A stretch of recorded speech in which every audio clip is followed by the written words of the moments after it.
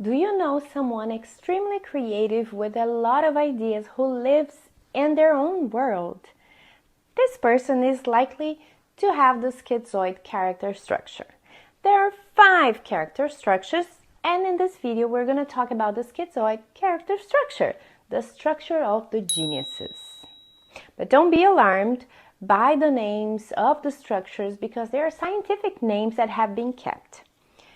There is a process that is called the myelination of the nervous system, and it starts in our brains and descends through the spine and limbs. And we all have an electric system like a house with all the wires. Our wires conduct electric impulses. And as the nervous system develops, we gain more movement and abilities and sensations. And how does the character structure develop? The uterus is not always the same for a baby.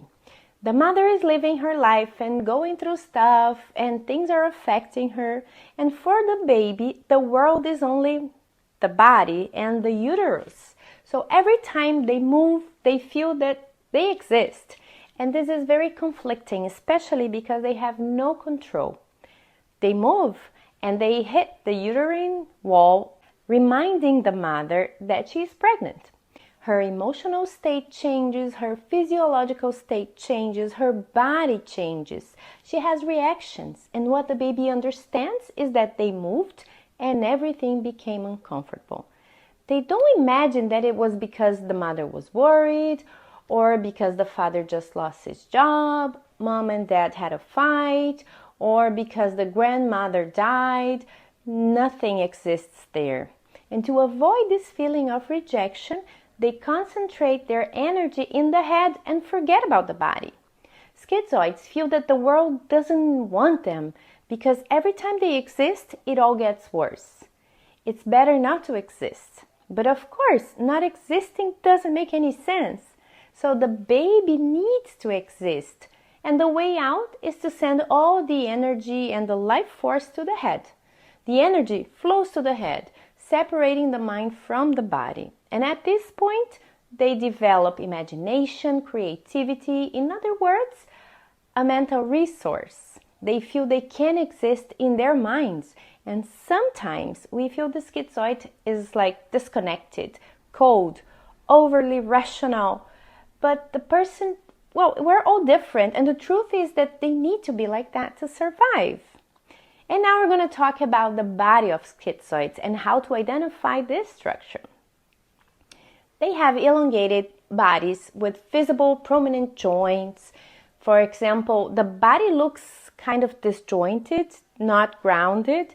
The schizoid head tends to be a little bit larger and long with a big forehead, and sometimes looking from the side you see this curve bigger, and the eyes tend to be larger and bulging like dead fish eye.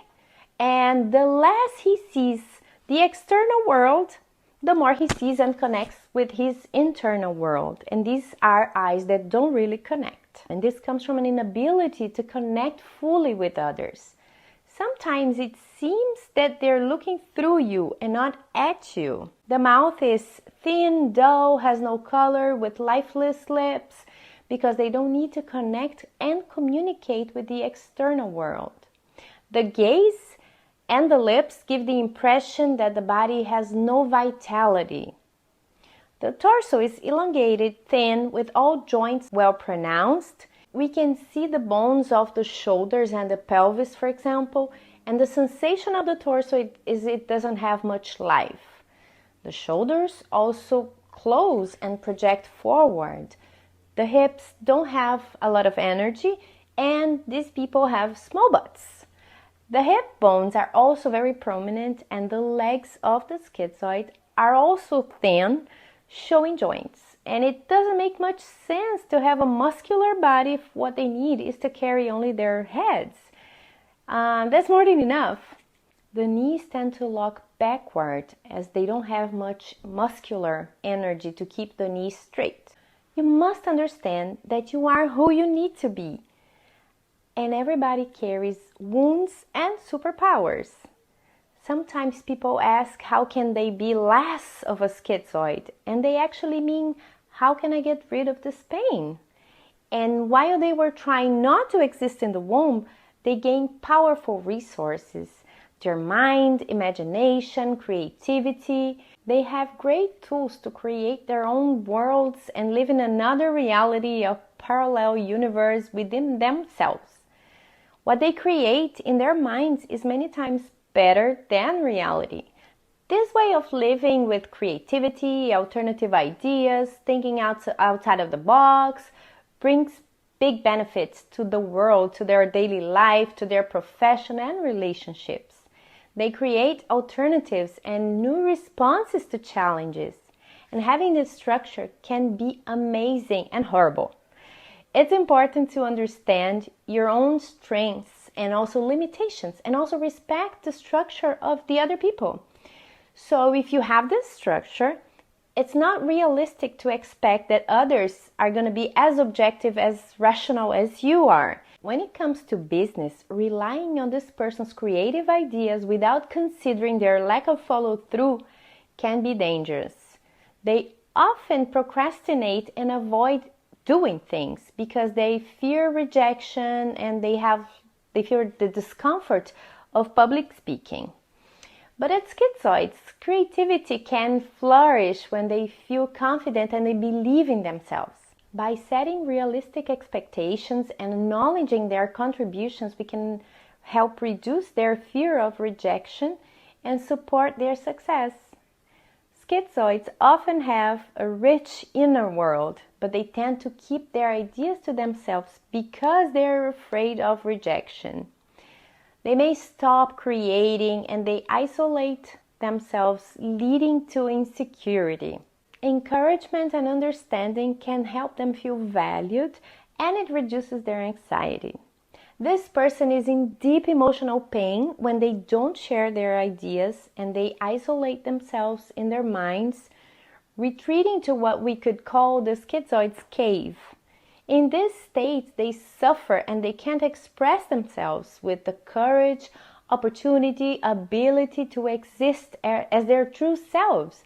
But when a schizoid is utilizing their abilities, they trust their creations and share them with the world, even if others don't understand or make changes to their ideas, they're fine with it. Don't expect that they will do things always the same way, and also don't expect physical contact from this person. They feel uncomfortable when someone wants to touch, get too close, or hug them all the time. And many couples have problems because one of them has a predominance of the schizoid character structure. The other partner expects this person to hug, kiss, caress them all the time, but they won't. The partner will say, "Oh, it seems like you don't love me, you're not jealous, you don't show me love." In reality, this person is trying to say, "You don't show love in the way I want you to." The schizoid explains what they feel, but it doesn't show it, They don't show. Is acting this way wrong? No, it's just different. That is just their way of being. And if you are in a relationship, it's important that both of you understand each other's characteristics and have clear agreements and arrangements for the relationship to work. How did you like learning about the schizoid? We are a mix of 5 character structures with different intensities. Brazilian researchers created a method to measure the percentage of each structure in a person. After finding out your combination, you will understand what problems you've been going through and how to solve them. And you will receive clear instructions on how to manage and soften your character structures to make better decisions in life. Schedule your free discovery session with me in the link below and subscribe to the channel to learn more about your functioning. See you next time!